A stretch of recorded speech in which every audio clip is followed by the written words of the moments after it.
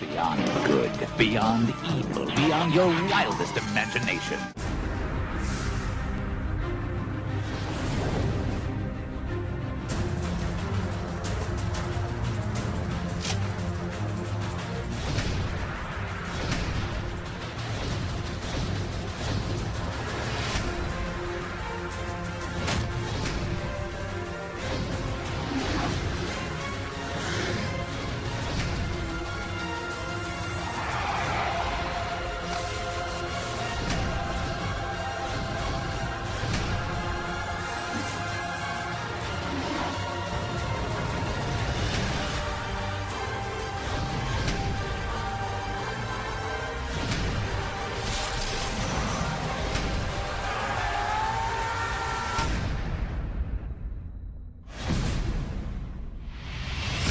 Not polite to hit a lady. Hello and welcome again to Animation Aficionados crossing over with ToonCast Beyond. We are continuing our series of looking into DC animated movie originals. We are doing Wonder Woman tonight. Of course, you all know my co-host, TV Smith Neil. What is crap? Family Guy. And, of course, we do know also from ToonCast Beyond, TFG1 Mike. Yes, I am here. And, yeah. For ToonCast Beyond, this will be episode 5. Did you say Animation Aficionados, or did you say Animation Aficionados? It sounded like you said a face. I said Aficionados. It sounded like you said a face. Oh, that's funny. Yeah, Wonder Woman 2009. I just saw this for the first time, like yesterday. Wow. How could you deprive yourself for so long? I'm holding the box, and it's glorious. Wait, which box are you holding? The DC Universe Animated Original Movie Wonder Woman DVD box. Yes, but which box? There was the 1 disc, there was the 2 disc edition. Which box? The 1 disc. Oh, okay. So that's the brown background, or It's the actually gold background. It's yellow. Actually, no, it's actually closer to burgundy. Yes. We got the color chart out. And this is really one of the best ones so far. Oh yeah. It is. So this actually, I would go as far as saying this is the best one so far, because what I love about it is it is less about comic books and more about mythology, and I think that's the best way to do a Wonder Woman origin story, because you don't have to do things with supervillains outright. If you do things with Greek gods and Greek myths to start out with, it feels right when you do it this way. Not to mention, you open the movie up with a fucking decapitation. Oh yeah. Yep. I mean, talk about violence. I mean, didn't they have Artemis like stab a guy in the chest like 5 times in the first 2 minutes? Yep. And of course, you also have great voice actresses in this. I think they got some of the best voice actresses in the industry, in any industry, to work here. I mean, you had Tara Strong as the brainy redhead Alexa. Mm-hmm. Tara Strong playing a brainy redhead. I've never seen that before. First time for everything. I'm making a joke. You had Rosario Dawson as Artemis. You had the lady from CSI Las Vegas, Marg Helgenberger as Hera. Wow. Virginia Madsen as Hippolyta. And, of course, Kerry Russell as Princess Diana / Wonder Woman. For the male characters, you have Nathan Fillion as Steve Trevor, Alfred Molina as Ares, Oliver Platt as Hades, David McCallum, again, he keeps showing up in these movies as Zeus. I don't think David McCallum fits the booming voice that Zeus should be. And you also have John DiMaggio playing Deimos. Yes. Overall, the voice cast for this is great. And it indeed is. And since Neil just saw this like mere hours ago. I think Neil should be the one to walk through. Go ahead. The floor is yours, Neil. Oh boy. Well, I'm still kind of processing. I'm thinking about the scene of the girls splashing each other in the pond and Steve Trevor over in the bushes, fapping away. And this movie took the PG-13 rating to the extreme. Yeah, But Neil, go ahead. I love. First of all, I love all the jokes with the golden lasso of truth, where they wrap it around him, and he says, "I don't have to put up with this crap," and they're like, "What is crap?" And because he's got the lasso on him, he goes, "It's a euphemism for excrement," and they're disgusted with him, yeah. and then they're like, and then Hippolyta sort of like jokingly, just like daring him, say, "Do you have any other foul things to say?" And he says, "Your daughter's got a nice rack." And yes, he says rack. Oh God.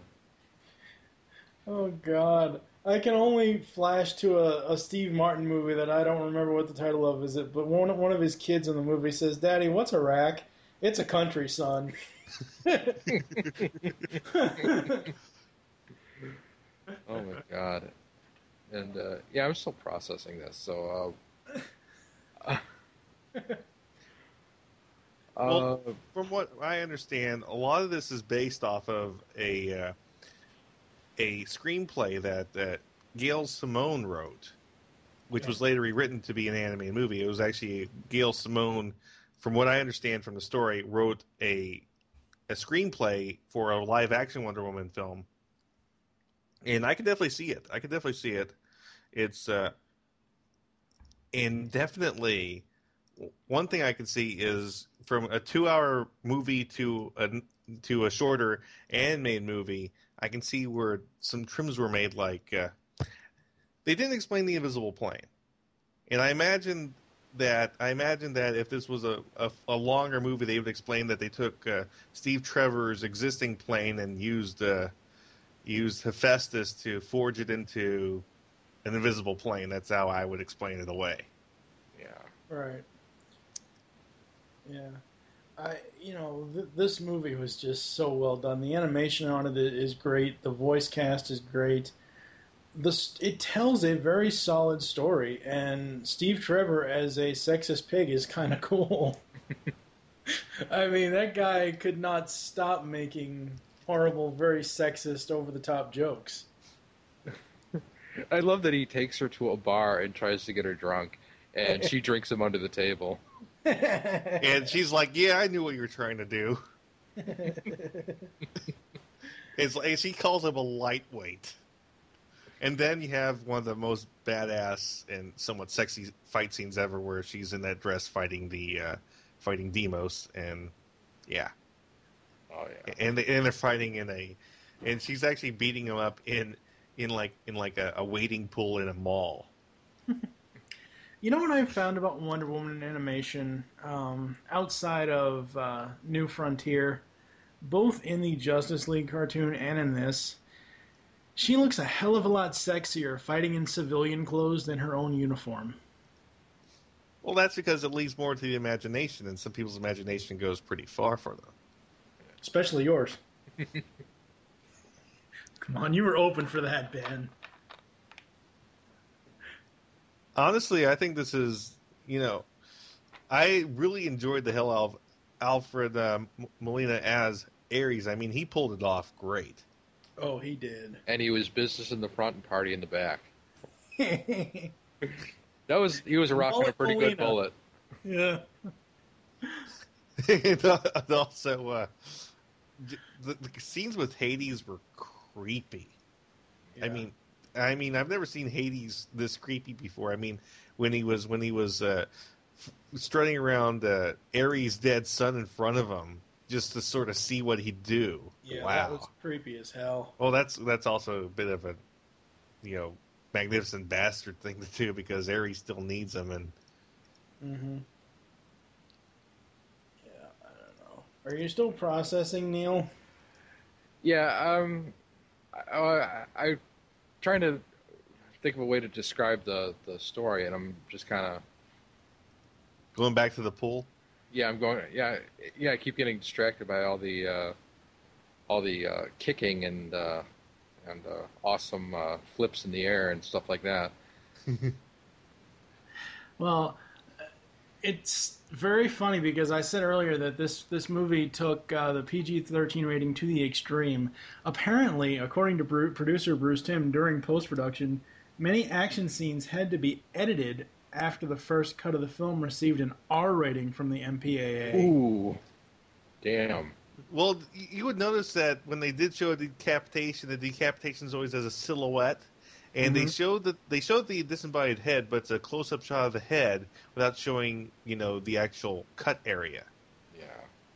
So that was obvious to me that they did that, and I think it's obvious why they did that because they were trying to push. Yes, it's a decapitation. We're not going to hide it, but they had to hide something, or else because apparently you can show decapitation, but you can't show the wound from a decapitation. Yeah. You can have Django get his head cut off, and as long as you don't see any blood squirt out, it's okay. Yeah, when Boba picked up that helmet, that head should have slid right out onto his lap. Oh, God. That would have gone a long way to describe to explain why Boba was so fucked up. Yeah, why he sucks, and he's like, "Oh, the Millennium Falcon. Oh, okay."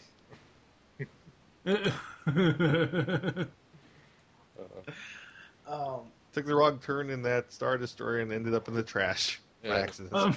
That's oh, God. One of the best jokes ever. Long story, folks. Oh my God. Anyways, where do we go from there? Nice, Ben. What I did like was the scene of Diana riding the horse. They really animated that. This is back when the animation still had very expressive faces. Right. And then that's one of the greatest things. I mean, I always said that the Wonder Woman design in Justice League, depending on the animation studio, whenever they did her nose, it came out sometimes wrong. This time they had a team that did it right. Yeah, but I mean, especially in like the Dark Heart episode of JLU, really, who should be looking at Wonder Woman's nose? Especially Ray Palmer, considering where he was stuck. So what are your feelings on Tara Strong's character Alexa? I liked her, but then again, I am a Tara Strong fanboy. I like almost anything that she does. It doesn't matter what she lends her voice to. She always does an amazing job. I think my problem with this movie is so much that outside of Justice League and outside of the original Linda Carter television series, I know nothing of Wonder Woman. So just outside of my knowledges of both those series and this movie, I really know nothing other than that. The creator of Wonder Woman is a guy who invented the lie detector machine and was kind of a kinky fella. Well, it's obvious. I mean, Neil can't get his mind off the pool scene. Well, the actual guy who created Wonder Woman, he actually had his wife and his mistress. They both lived all together, so he had them both always wear silver bracelets at all times. And Interesting. yes. Did I mention he invented the lie detector? Yes. Yeah. Good old William Marston. Yep. Well, he made up for it by creating Wonder Woman. Yeah, and apparently the rights with the rights deal with him in DC back then National on publishing Wonder Woman is this: they can never not publish Wonder Woman. The month that they don't publish a book, they lose the rights. Wow. This version of Wonder Woman, along with the version in Justice League, along with the original TV series, are all versions I like. I'm very glad that, as much as a great TV producer and creator he is, I'm very glad that the David E. Kelly pilot never got picked up and got canceled. Yeah, there. It was not very good. I mean, did you read No. the script? There were like boob jokes. Wonder She's Woman a doesn't make boob businesswoman jokes. in a modern world. That's not Wonder Woman. And yeah, it's. But back to this movie, I love the character of Artemis as well. Yeah, Artemis was a great characterization. It was very awesome. What about you, Neil? You got a favorite girl in this movie? I'm just gonna say Wonder Woman. I mean, you got a character who runs around in a skimpy little bathing suit style leotard, and kicks a lot of ass, and seems to enjoy doing it. So thumbs Well, up for me. What I did enjoy was Persephone actually states, there is a bit of a folly in the Amazonian lifestyle of no men. Because sometimes eventually some of these women are gonna want something. I don't see what the problem is, man. I think I know what girls do when they want something and there are only girls around. They smash each other in I the think pool. that's the problem of Themyscira is that different versions you have different rules. Like every time it's used, like in Justice League, it was all women. No men allowed. In this, it was pretty much the same thing, but there were like hidden exceptions to the rule. And then you go to Apocalypse, which we'll get to much later. They're actually allowing men on the island, which when I saw Apocalypse, and we'll get to this later, obviously, I'm jumping ahead of myself, but when I saw that, I was like, wait, that's not right. Why isn't anybody banning them? I don't know. The moderators were sleeping, and the forum was full of trolls. No, one of my favorite episodes of Justice League was the one where they were the virus. They had that virus that was infecting all the men, and Fury Part 1 and Part 2. yeah, I love that episode because it really experimented with that whole thing about men not being allowed on the island, and Yeah. it was a pretty good episode. Yeah, it was. All right, so as far as what this movie made compared to the other ones that we've covered so far in the spotlight, this one made $7,321,000 and it sold 470 and change units. So I would say it made its money, and a lot of people, just like us, a lot of people love this movie, and obviously, who wouldn't, coming off the heels of Gotham Matrix? Okay. Men with no dicks.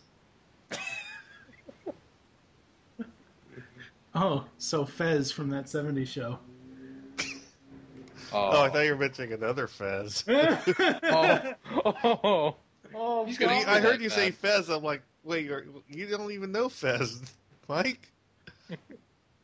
Oh, I'm talking about the guy from that 70s show. Oh man. No, like I said, the only people who would hate this are men with no dicks.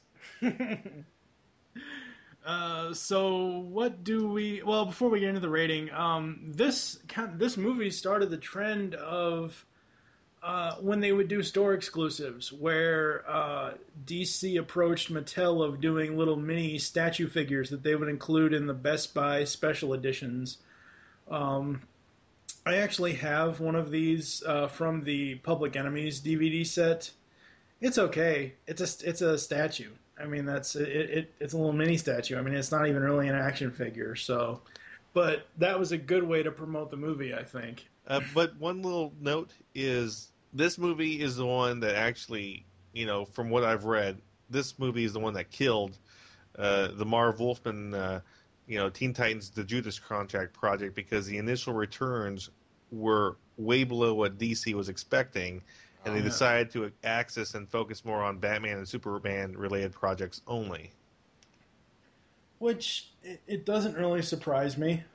I mean, as much as I love a lot of the stuff that Marv Wolfman has done in his career, I'm not a fan of Teen Titans at all. Well, you should read original comics. Well, Because they're nothing like the cartoon series. Let me just put that right here, right now. Okay, well, that's what I meant. I'm not a fan of the animated series. And what the hell is that noise? Who's unwrapping candy? No, nobody. But the Judas Contract project was not related to the cartoon series at all. It was going to be an original animated feature. It was going to use a Wolfman. It was going to use a Perez-esque art style. It was going to try to be a very faithful adaptation of a comic book arc. Yes. So, as the IGN replacement crew, 0 through 4, what do we give this? Neil? 4. Ben? I can't say 4 hard enough. Yes, and I also give it a 4. He says with a sigh. No, I can't really follow those jokes up, so... and it is on DVD. It's on 1 disc, 2 disc, and I believe it's also on Blu-ray.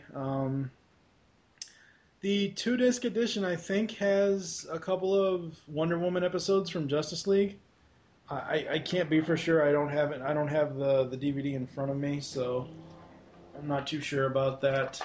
So I guess we're going to take a quick break. We're going to go to some really wacky ads, and we will come back with our final thoughts. And hopefully Neil can compose himself. The Webcast Beacon Network has been covering and promoting creativity and the creative process since 2007, starting with the Webcomic Beacon, a topical webcomics podcast with a jovial bunch of misfits like your local morning radio show. Also, the Webcomic Beacon Newscast, recaps, reviews, and discussions of community and industry news relative to comic creators, especially of digital distribution. Also, the Tropecast, the ever-tangential discussion of literary and visual memes. And finally, Web Fiction World. Before webcomics, there was independent and self-published web-release written fiction and literature. Find this all at webcastbeacon.com. Be sure to grab a master RSS feed or master iTunes feed and not miss a thing. Hey, I'm Gary. I'm Greg. I'm Chuck. And I'm Justin. Join the 4 of us every week on the internet's #1 G.I. Joe podcast, What's on Joe Mind? That's right. It's Joe news, reviews, and special guests like you've never heard them before delivered right to your MP3 player. Think of it as Joe Talk meets Sports Talk. And we make fun of Chuck. Right, please. Hey. We're just kidding, Chuck. Kinda. Yeah, sometimes Chuck makes fun of himself. Right, please. Hey. It's What's on Joe Mind. Every week on the Geekcast Radio Network, InsidePulse.com, Stitcher Smart Radio, and iTunes. Download and listen today. Can I say something about Transformers? No! Do you like retro shows? Did you grow up in either the 80s or the 90s? Then tune into Telecast, GeekCastRadio.com's newest podcast. Join us here on the Telecast as we revisit some of your favorite shows, such as Clarissa Explains It All, Salute Your Shorts, Saved by the Bell, and much, much more, only on GeekCastRadio.com. Soundwave, jam that transmission! Rumble Frenzy, Ravage, Rat-Bat, Eject, Operation Interference. No, there will be no Operation Interference. I am TFG1 Mike, and you should be listening to my very first podcast, the TFG1 Podcast. 24 episodes covering the entire U.S. run of the 1984 Transformers cartoon. I also have a few supplemental episodes and an interview with Stan Bush. I bring in guest hosts who will be full-time co-hosts in Steve Megatron and fan of the show now co-host Pecan Court Michael. So check out the TFG1 Podcast. You can find it on iTunes and the web at www.geekcastradio.com. Transform and roll out!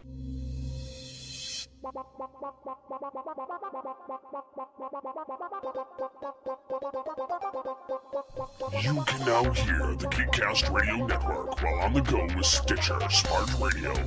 Stitcher is a free use and talk mobile app available for your smartphone. And when you download Stitcher to hear Geekcast Radio, you'll have a chance to win money. Downloading is quick and easy. Just find Stitcher in the App Store.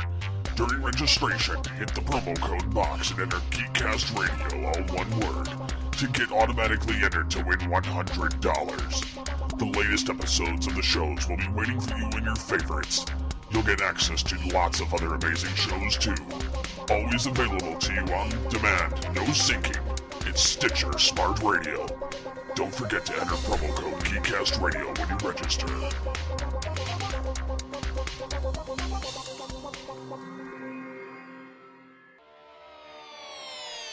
Like animation? Come listen to Animation Aficionados. And if you disagree with us, you could be a guest on a future show. Available on iTunes, the Zune Market, and animationaficionados.com. So we are back, and what's that up in the sky? It's the invisible plane. Oh, we can't see it. Oh, we screwed up that joke. The invisible jet, yeah, it just kind of came out of nowhere in this film. It does have a much better explanation in a later film, and I'm not going to say which one it is, but I think you guys know. Yeah. The way it's done in that film is like you don't realize that it's the invisible jet until the very end. It's very clever. One of the scenes I wanted to bring up that I thought was kind of cool is the one where there's this giant bat who has Wonder Woman in its claw, and Steve is on the back, and he's like walking up the thing's spine, and he throws a grenade into the thing's mouth, and it explodes. And I think that was like my one favorite action shot in the whole movie. That was a good action shot, all right. Yeah. So Ben, final thoughts on Wonder Woman 2009? This really is one of the best projects that the DC animated original movie team has done.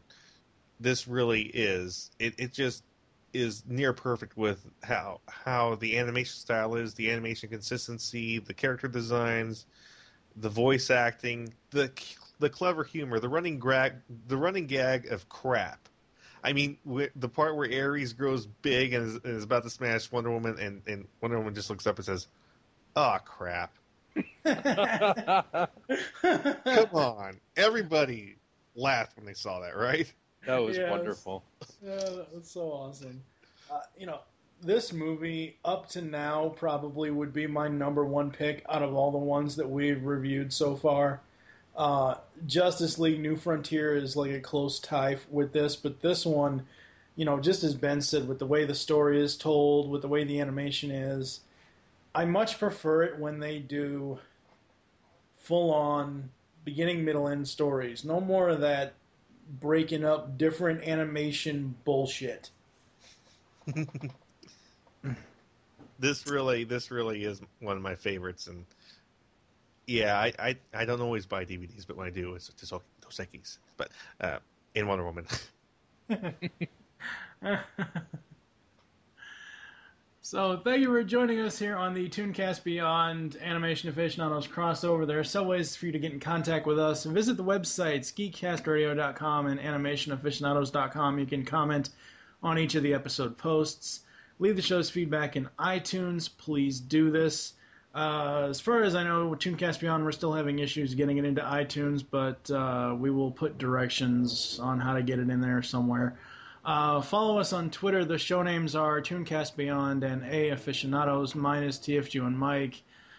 Ben protects his Twitter like a mother protects her hen, and Neil just doesn't give a shit. Neil is the honey badger of Twitters. Oh, geez. It is Neil Sama, and by the way, Hal Hefner added me after we did that, so apparently it does, like, somebody did care enough to hear what my Twitter name was. Awesome. Yeah. Become a fan on Facebook. Go to facebook.com/Geekcast Radio Network for us and facebook.com/Animation Aficionados for them.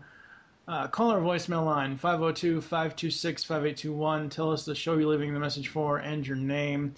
We hope you enjoyed this episode of ToonCast Beyond and Animation Aficionados crossover. Wish you'll join us next time when we will be continuing the DC Universe Animated Original Movie Spotlight with Green Lantern First Flight, where Steve Megatron will be joining us for the rest of the spotlight. For now, I am TFG and Mike with Jeebies,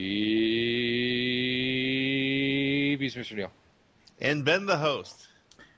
Thank you for listening. Until next time. Good night. Adios. You didn't do the little bye. I could change it up every now and then. Okay.